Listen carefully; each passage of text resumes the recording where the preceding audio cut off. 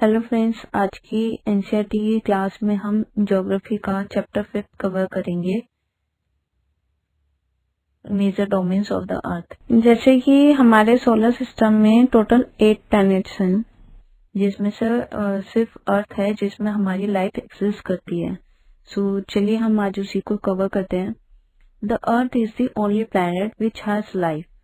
Human beings can live here because the life-sustaining elements of land, water, air are present on the earth। जो human beings हैं उनको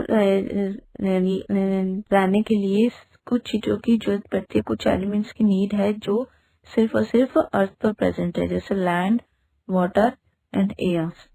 So the surface of the earth is complex zone in which three components of the environment meet, overlap and interact। जो ये तीन component है ये सिर्फ और सिर्फ हमारे अर्थ पर ही हैं।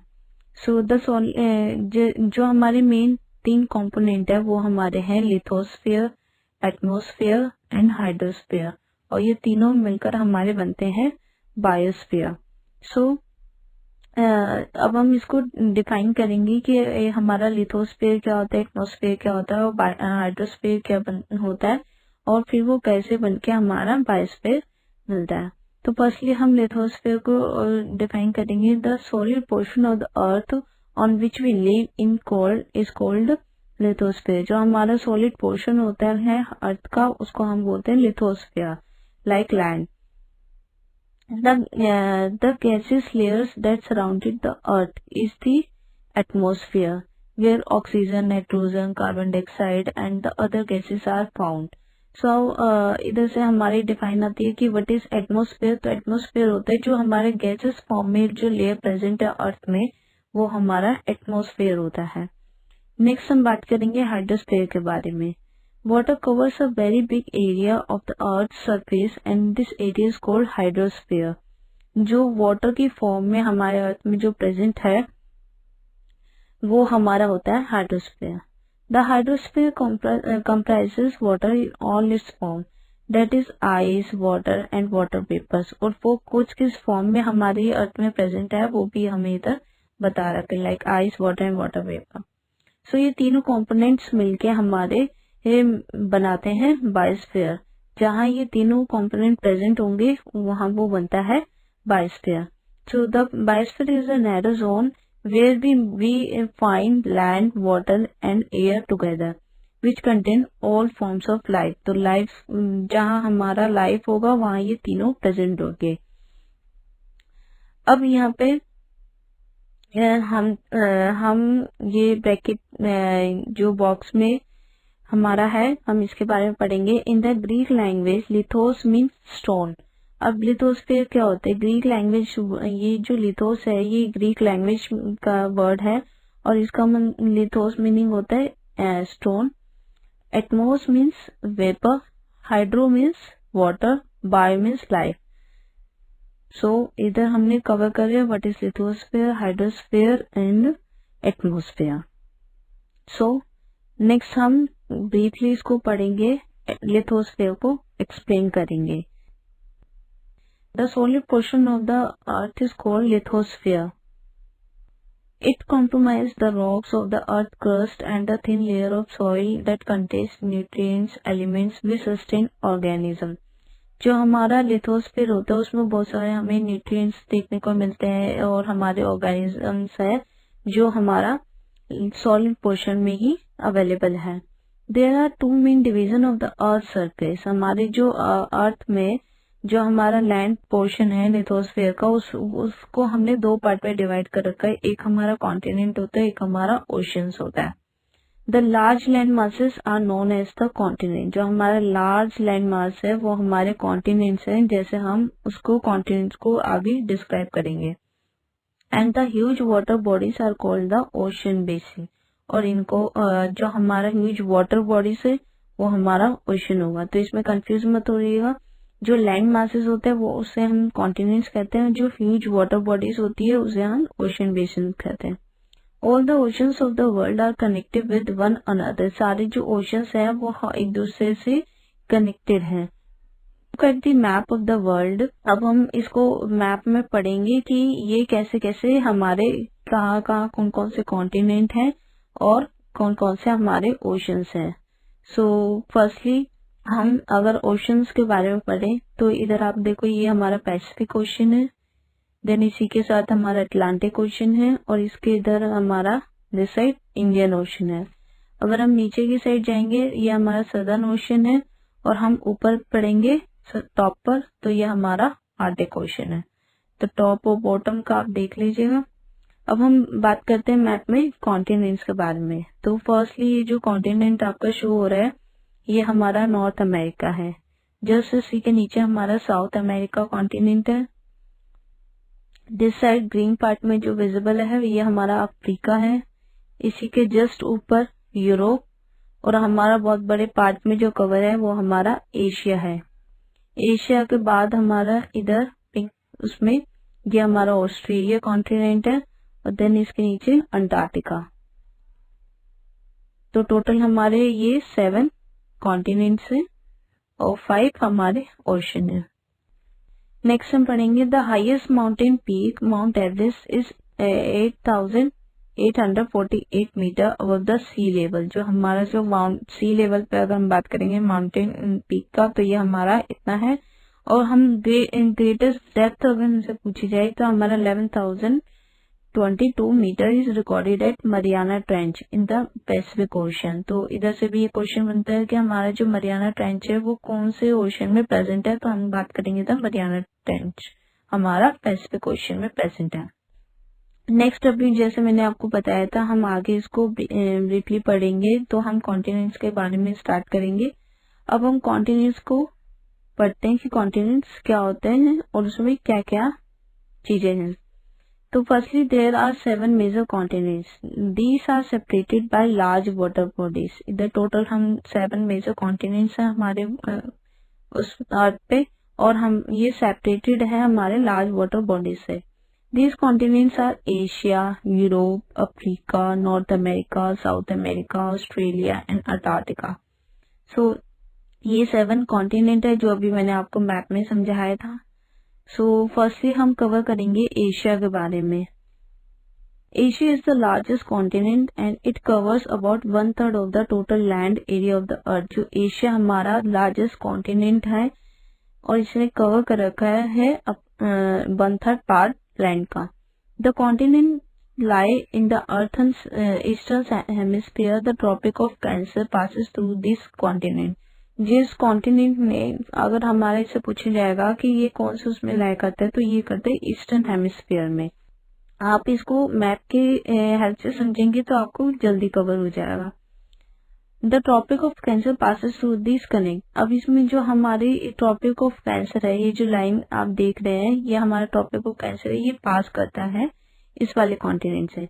Asia separated from Europe by the Ural mountain on the west. The combined land mass of Europe and Asia is called the Eurasia. जो एशिया है वो सेपरेट करता है यूराल माउंटेन से को यूरोप को, और जो हमारा यूरोप और एशिया का लैंड मास है अगर हम इसको कंबाइंड मास को पढ़ेंगे तो ये यूरेशिया तो उससे भी बोल देते हैं। Eurasia means Europe plus Asia. तो ये हमारा एशिया का पार्ट कवर हो गया। इन शॉर्ट में आपको समझाऊं तो एशिया हमारा लार्जेस्ट कॉन्टिनेंट है, इसने 1/3 पार्ट कवर कर रखा है। अगर ये हमसे पूछा जाए कौन सा उसमें हेमिस्फीयर में तो ये हमारे ईस्टर्न हेमिस्फीयर में, और इसमें से इसको कौन सी लाइन इसमें से पास होती है तो हमारी ट्रॉपिक ऑफ कैंसर है जो ये लाइन एशिया में से पास होती है। नेक्स्ट हमसे पूछा जाएगा कि एशिया को कौन सा माउंटेन है जो हमारा सेपरेट करता है यूरोप से, तो हमारा इधर आएगा यूराल माउंटेन जो हमें वेस्ट से सेपरेट करता है। और जो कंबाइंड मास है यूरोप और एशिया का उसको क्या बोलते हैं, यूरेशिया बोलते हैं। ये कॉम्बिनेशन है यूरोप और एशिया का। सो हमारा एशिया कॉन्टिनेंट आई होप आपको समझ आया होगा। नेक्स्ट हम पढ़ते हैं। नेक्स्ट हम इसमें पढ़ेंगे यूरोप के बारे में, क्योंकि अभी मैंने पहले आपको यूरोप और एशिया का बताया था, अब हम यूरोप के बारे में पढ़ेंगे। Europe is much smaller than Asia. Europe much smaller है एशिया से। The continent lies to the west of Asia. जो यूरोप है वो एशिया के वेस्ट में है। The Arctic Circle pass through it. जो अभी हमने ऊपर एशिया में पढ़ा था कि ट्रॉपिक ऑफ कैंसर है, ये एशिया कॉन्टिनेंट को में से पास होती है। अब जो यूरोप है, यूरोप में आर्कटिक सर्कल पास करती है यूरोप में से। It is bound by water bodies on 3 sides, 3 sides जो कवर कर रखा है हमारा यूरोप में। अब हमारे नेक्स्ट जो कॉन्टिनेंट है वो पढ़ेंगे Africa. Africa is the second largest continent after Asia. First number पे हमारा एशिया है जो लार्जेस्ट कॉन्टिनेंट है, और सेकेंड में हमारा अफ्रीका के बारे में बात करेंगे। अफ्रीका है हमारा second largest continent. The equator और zero altitude run almost through the middle of the continent. जो हमारा इक्वेटर लाइन है वो इसमें से पास होती है। The Arctic the large part of the Africa lie in the northern hemisphere.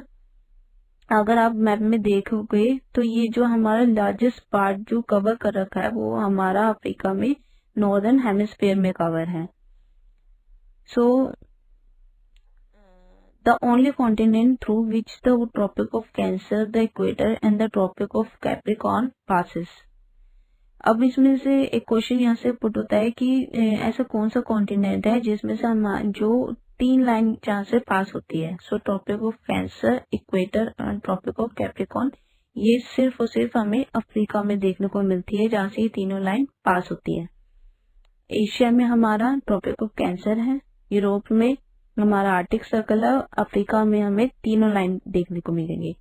The Sahara desert, the world largest desert, hot desert is located in Africa. और हमारा जो सहारा डेजर्ट है, हॉटेस्ट डेजर्ट वर्ल्ड का, वो भी हमें Africa में मिलता है। The continent is bounded on all sides by ocean and seas. जो ये अफ्रीका कॉन्टिनेंट है, आप मैप में देखना, ये हमें तीनों साइड से ओशन और सी से कवर है। The world longest river the Nile flow through Africa. और जो हमारी वर्ल्ड लॉन्गेस्ट रिवर है वो भी हमें कहाँ पे मिलेगी, अफ्रीका में। और लॉन्गेस्ट रिवर कौन सी, हमारी Nile river. The Tropic of Cancer, the Tropic of Capricorn pass in the map of Africa. Africa में हम इन शॉर्ट अब हम पढ़ेंगे तो अफ्रीका के बारे में क्या क्या हमें याद रखना है। ये सेकेंड लार्जेस्ट कॉन्टिनेंट है, और अफ्रीका का जो लार्ज पार्ट है वो कौन से हेमिस्फीयर में प्रेजेंट है, नॉर्थर्न हेमिस्फीयर में। और ये सिर्फ ओनली कॉन्टिनेंट है अफ्रीका जिसमें से 3 लाइन पासेस होते हैं, Tropic of Cancer, Tropic of Capricorn और इक्वेटर लाइन। और हमसे पूछा जाएगा कि जो हमारा सहारा डेजर्ट है, हॉट डेजर्ट, वो कौन से कॉन्टिनेंट में है, तो वो भी अफ्रीका में है। और जो लॉन्गेस्ट रिवर है हमारी, वो कौन से कॉन्टिनेंट में प्रेजेंट है, अफ्रीका में। और लॉन्गेस्ट रिवर का नाम हमें याद रखना है, नील रिवर।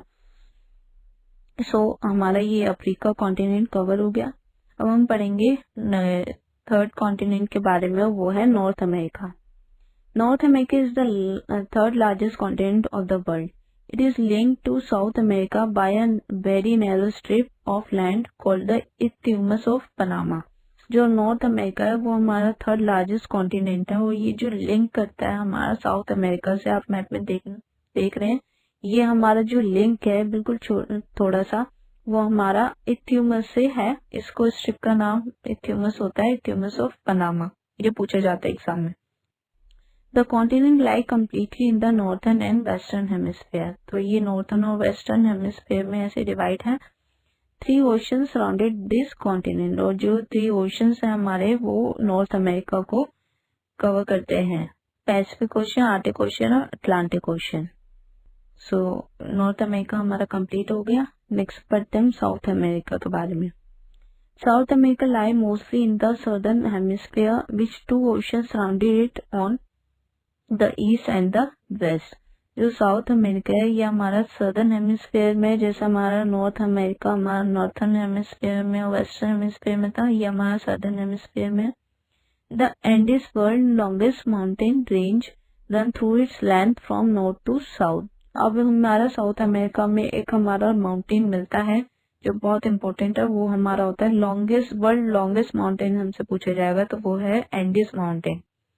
ये हमारा वर्ल्ड का लॉन्गेस्ट माउंटेन है, जो हमें कौन से कॉन्टिनेंट में मिलता है, साउथ अमेरिका में। South America has the world largest river the Amazon. और जो साउथ अमेरिका में हमें लार्जेस्ट रिवर मिलती है वो है हमारी अमेजन। तो आप कंफ्यूज मत होना। सदर्न हेमिस्फीयर में हमें 2 चीजें मिलती हैं। पहले हमारा लॉन्गेस्ट माउंटेन पूछा जाए तो उसका नाम है एंडीज, और हमसे अगर लार्जेस्ट रिवर पूछी जाएगी तो अमेजन है। नॉर्थ अमेरिका में अभी हमने पढ़ा था, वो जो हमसे लॉन्गेस्ट रिवर के बारे में पूछा गया था अफ्रीका में। तो अफ्रीका में जो हमने पढ़ा था लॉन्गेस्ट रिवर के बारे में, वो हमारी नील रिवर थी। और सदर्न साउथ अमेरिका में हमारा लॉन्गेस्ट नहीं लार्जेस्ट रिवर पूछा जा रहा है तो अमेजन है। इसमें अक्सर कंफ्यूज हो जाते हैं। तो साउथ अमेरिका में हम लार्जेस्ट रिवर के बारे में पढ़ रहे हैं, वो है अमेजन रिवर। और अफ्रीका में हमने लॉन्गेस्ट रिवर के बारे में पढ़ा था, वो है नील रिवर। नेक्स्ट हमारा कॉन्टिनेंट है Australia. Australia is the smallest continent that lie entirely in the southern hemisphere. जो ऑस्ट्रेलिया है वो टोटली हमारा है सदर्न हेमिस्फीयर में। It is surrounded on all sides by the ocean and sea. और इसको पूरा कवर कर रखा है ओशन और सी ने। That's why we called also island continent. तो ऑस्ट्रेलिया को हमारा दूसरा नाम दिया जाता है आइलैंड कॉन्टिनेंट। सो नेक्स्ट हमारा कॉन्टिनेंट है Antarctica. Antarctica completely in the southern hemisphere and it is the huge continent. The south poles lie almost at the center of this continent. As it is located in the south polar region, it is permanently covered with thick ice sheet. There are no permanent human settlement. Many countries have research stations in Antarctica. India also has a research station there. They are named as मैत्री and दक्षिण गंगोत्री। तो अब हम Antarctica के बारे में पढ़ेंगे। Antarctica के उसमें बता रखा है कि ये टोटली हमारा सदर्न हेमिस्फीयर में है और इधर हमारे ह्यूमन सेटलमेंट पॉसिबल नहीं है, बिकॉज यहाँ पे बहुत हाई रेंज में स्नोफॉल होता है। तो इसलिए पूरा जो आइलैंड है, ये जो पूरा ओशन कॉन्टिनेंट है, ये कवर है हमारा आइस शीट से। तो इधर हमारा परमानेंट ह्यूमन सेटलमेंट पॉसिबल नहीं है। बट इधर जो मोस्टली बहुत सारी कंट्रियों ने अपने रिसर्च सेंटर बना रखे हैं अंटार्कटिका में। और ऐसे ही हमारा इंडिया ने भी बहुत सारे स्टेशंस बना रखे हैं, रिसर्च स्टेशन, जिनके नाम है दीज आर नेम्ड, जो इधर मेंशन है आपके, मैत्री और दक्षिण गंगोत्री। मैत्री और दक्षिण गंगोत्री हमारे इंडिया के रिसर्च सेंटर है और ये अंटार्कटिका में है। तो इधर हमने कॉन्टिनेंट्स को कवर कर लिया है। अब हम पढ़ेंगे नेक्स्ट हमारा hydrosphere. The Earth is called the blue planet. More than 71% of the Earth is covered with water and 29% is with land. Hydrosphere consists of water in all its forms, as running water in oceans and rivers and in lakes, ice in glaciers, underground water and the water vapor in atmosphere. All comprise the hydrosphere. So, जो हमारा अर्थ है उसको दूसरा नाम भी क्या है हमारा ब्लू प्लैनेट। ब्लू प्लैनेट क्यों कहा जाता है? क्योंकि इसका जो बहुत सारा हमारा जो पार्ट है वो अर्थ का कवर है हमारा वाटर से 71% और 29% हमारा लैंड ने कवर कर रखा है। So hydrosphere consist of water in all its form, as running water in ocean के फॉर्म में, रिवर के फॉर्म में, लेक के फॉर्म में, ice and glacier. So different form से हमारा जो अर्थ है वो यहाँ पे कवर हो रखा है। More than 97% of the earth water is found in the ocean is too salty for human use. So हमारा जो 90% ऑफ वाटर है वो ओशन का है और जो बहुत ज्यादा सॉल्टी है और ह्यूमन यूज के लिए। A large proportion of the rest of the water is in the form of ice sheet, glacier or under the water, and a very small percentage is available as fresh water for human use. So हमारा बहुत कम range में available है fresh water, जो हमारी ice sheet, glacier, इन सब की form में है, अंडरग्राउंड वाटर के फॉर्म में। अभी हमने इसमें हाइड्रोस्फीयर का बारे में पढ़ा। अब हम हाइड्रोस्फीयर का जो फॉर्म है ओशन, उनके बारे में पढ़ेंगे। Ocean are the major part of hydrosphere. They are all interconnected. जैसे हमने आगे जो पहले वाले पार्ट में हमने पढ़ा था लिथोस्फीयर के बारे में, फिर उसके बारे में लिथोस्फीयर में हमारे लैंड कॉन्टिनेंट्स, लैंड पार्ट आता है जिससे हमने कॉन्टिनेंट्स को कवर करा था और हमारे उधर 7 कॉन्टिनेंट्स थे।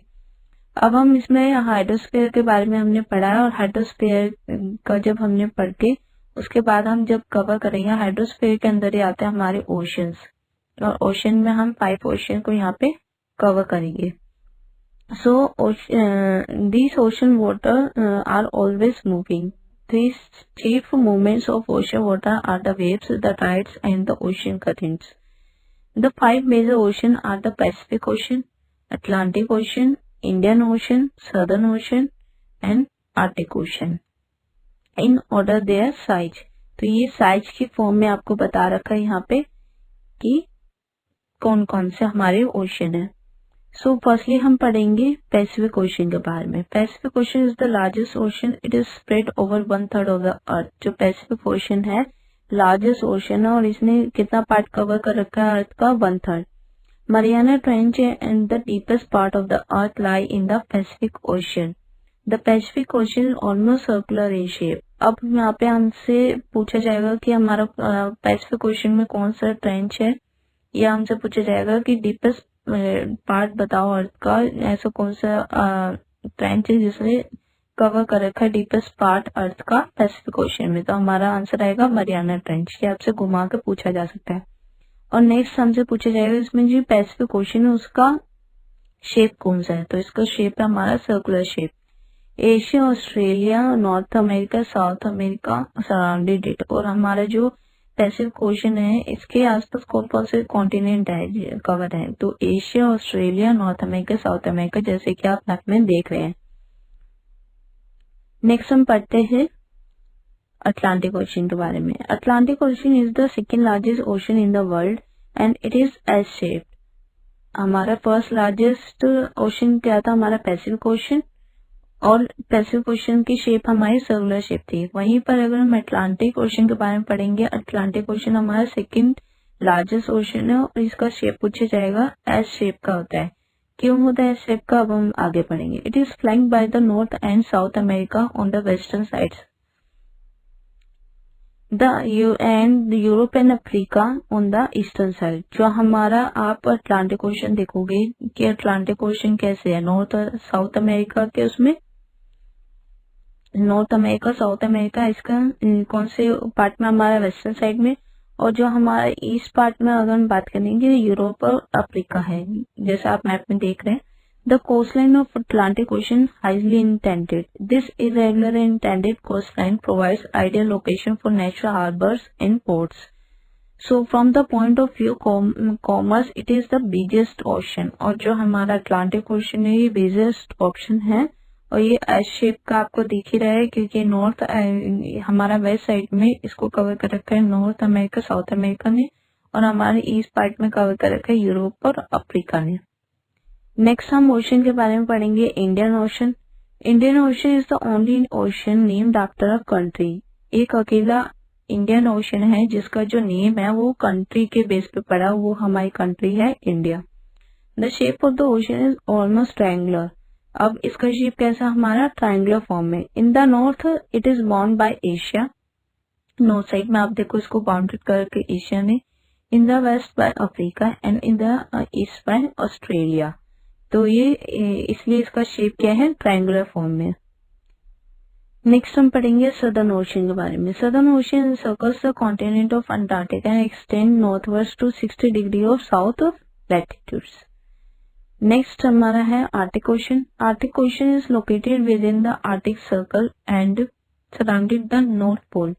It is connected with the Pacific Ocean by a narrow stretch of shallow water known as Bering straight.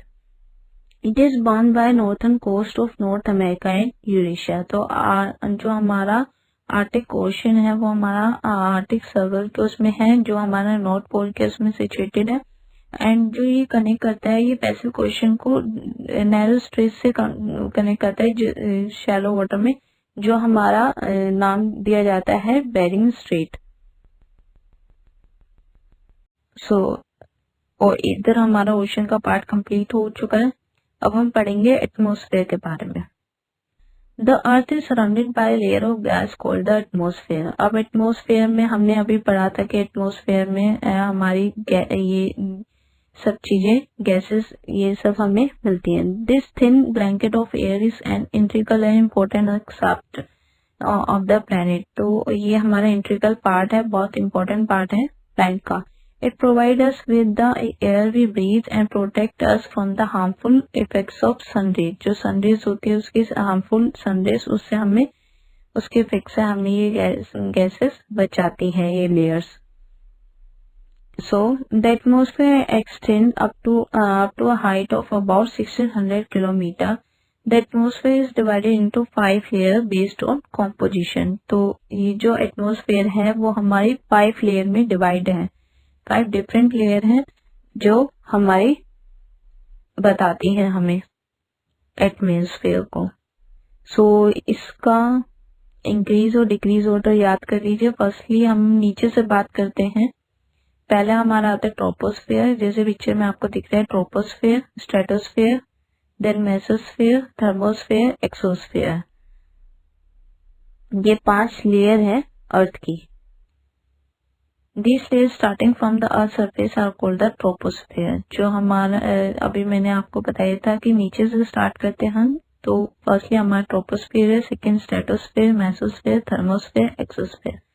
The atmosphere is composed mainly of nitrogen and oxygen, which make up about 99% of clean dry air. Nitrogen 78%, oxygen 21%, other gases like carbon dioxide, argon and other comprise 1% by volume. Oxygen is the breath of life, while nitrogen help in the growth of living organism.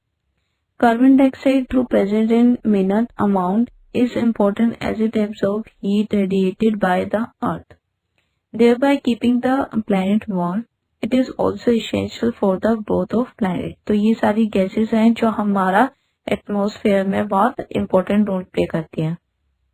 So the density of the atmosphere varies with the height. It is maximum at the sea level and decrease rapidly as we go up. तो ये हमारा जो different density level आता है different atmosphere layer में. They have to carry with them oxygen cylinder to be able to breathe at high altitude. जैसे कोई भी जैसे जो माउंटेनर्स होते हैं जो माउंटेन क्लाइम करते हैं तो उस टाइम पे हमारा क्या देखा जाता है वो क्या कैरी करते हैं वो हमें सिलेंडर लेके जाते हैं. जैसे हाई एल्टीट्यूड पे जाते जाते तो हमारा वहाँ पे डिक्रीज होता जाता है डेंसिटी का एयर, इसलिए वो सिलेंडर कैरी करते हैं. The temperature also decrease as we go upwards. जैसे जैसे हम अपवर्ड्स में जाएंगे हमारा टेम्परेचर डिक्रीज होता जाएगा. The atmosphere exist pressure on the earth. This varies from place to place. Some areas experience high pressure and some areas low pressure. Air move from high pressure to low pressure. Moving air is known as wind. So area हमारा different है different places पे. तो ये इसलिए very करता है. कहीं high pressure होता है तो कहीं लो प्रेशर होता है. नेक्स्ट हम पढ़ेंगे biosphere the domain of life. जहाँ पे हमारा बायोस्फीयर हमने फर्स्ट जब स्टार्ट किया था चैप्टर हमने तभी पढ़ा था कि बायोस्फीयर क्या होता है. जहाँ पे हमारे तीनों कॉम्बिनेशन प्रेजेंट होते हैं, लिथोस्फीयर, एटमॉस्फेयर और हाइड्रोस्फीयर. तो जो ये पार्ट जहाँ पे ये तीनों मिक्स होते हैं तो तीनों के कॉम्बिनेशन को हम मिला के बायोस्फीयर कहते हैं. तो the biosphere is the narrow zone of contact between the land, water and air. It is the zone that life that is unique to this planet exists. There are several species of organisms that vary in size from microbes, bacteria to huge mammals.